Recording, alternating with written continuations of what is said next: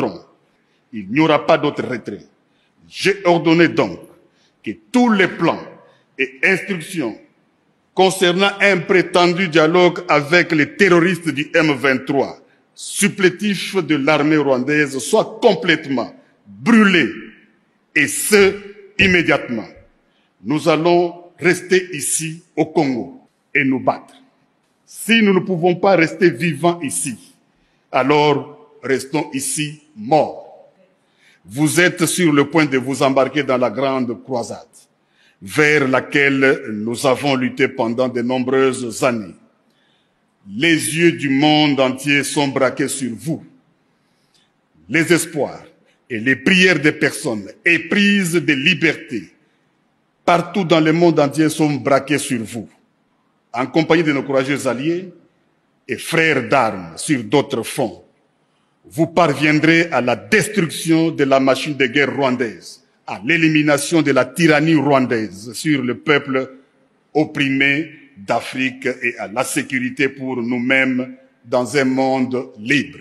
Nous irons au combat à notre manière et nous serons accompagnés par l'esprit des millions de nos martyrs, de nos ancêtres, torturés et brûlés vifs pour leur patriotisme, de nos pères assassinés et de nos mères, nos sœurs, ainsi que nos filles massacrées et violées, de nos frères mutilés et de nos enfants étranglés.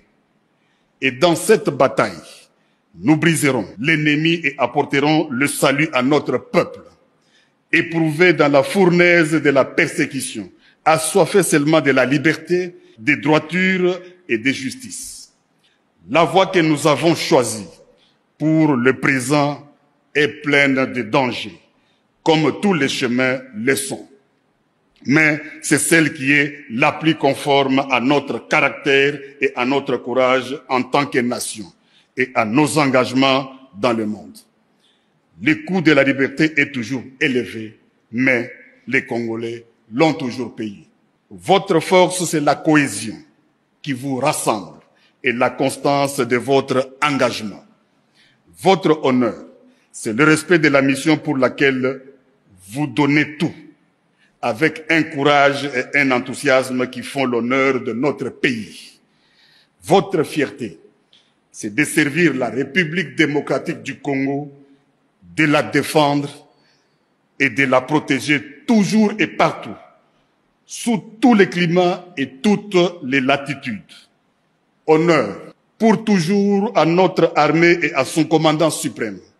Honneur à notre peuple, que des épreuves terribles n'ont pu réduire ni fléchir. Honneur à la nation congolaise. Honneur aux nations de la SADC, qui ont mêlé leur sang à notre sang, leur peine à nos peines, leur espérance à notre espérance. Et avec eux, nous allons triompher. Je pense aussi à nos blessés, ainsi qu'aux familles, aux soignants et aux camarades qui les accompagnent dans leur reconstitution. Qu'en notre soutien, tous puisent le courage et la force de continuer à aller de l'avant. J'ai totalement confiance en votre courage, votre dévouement et votre compétence dans la bataille. Nous n'accepterons que la victoire totale. La guerre nous imposée injustement sera vaincue et la République démocratique du Congo restera une et indivisible.